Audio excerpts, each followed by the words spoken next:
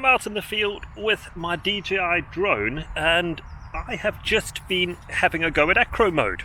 Now, quite clearly, I'm a relatively seasoned acro flyer. I fly acro on all of my aircraft, and I figured it was about time I cut over on the DJI one. So, I guess, what do I think?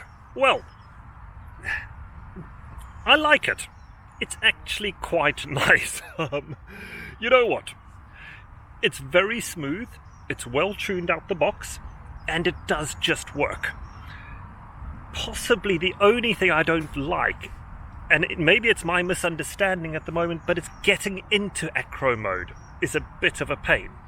Normally with our Betaflight quads, what we can do is we can essentially, I take off in Acro Mode, and when I disarm, I drop the quad at the end.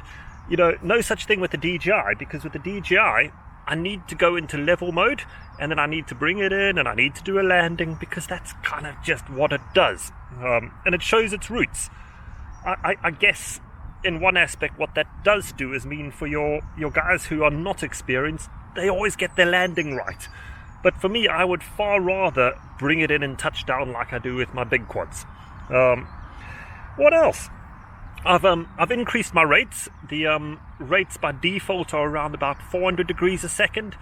I found that a little bit sluggish, so I was finding I was doing flips and rolls, and I did all of it, just wasn't there. So I've upped them to about 650. Now that's kind of where I normally fly, and I think that might actually be more or less the defaults of Betaflight. I can't guarantee that, but I suspect that's where it is, because it feels closer at that point. And yeah, what else? It's nice. My only sort of take on it, and this is after doing a 6-minute flight on it, I wish they had done it in a 700 or a 7-inch quad size, or maybe like a 450, because actually, if they made their Mavic do the same thing, it would be quite interesting. And quite possibly if they shipped the gimbal and all these electronics independently, I think they could actually be onto something here, because the truth is, all of those internals put into a good carbon fiber frame would be unbelievably good. But yeah, there you have it. The system works, it's simple, it's easy. I'm kind of gradually changing my opinion. It's nice. And oh yeah, the one other thing, getting in and out of manual mode, what I meant to say. This blasted thing, you put it in manual mode, and then you've got to get your sticks into predefined positions before it engages manual mode.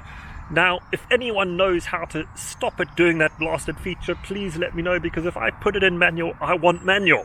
I don't want to have this, I've got to fiddle, and then it ruins my footage, because I kind of can't do nice smooth takeoffs and go flying in manual mode. I've got to go up, level, hover, kick in manual, and it all just goes, and the quad's jumping about and doing all sorts of stupid stuff.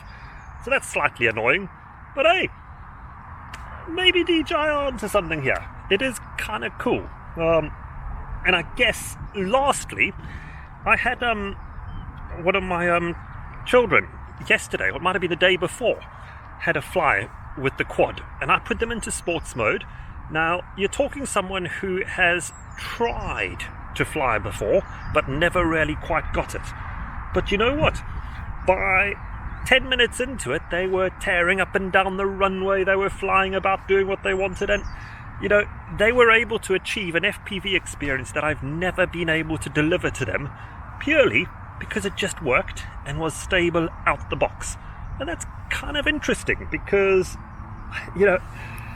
I think it will enable a lot more people to get into FPV, but maybe it will also become a problem, because if we get too many people into FPV, will it create more legislative problems? I don't know.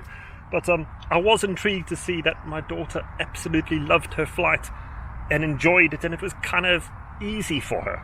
So something to be said for that. Anyway, guys, cheers, enjoy, have fun.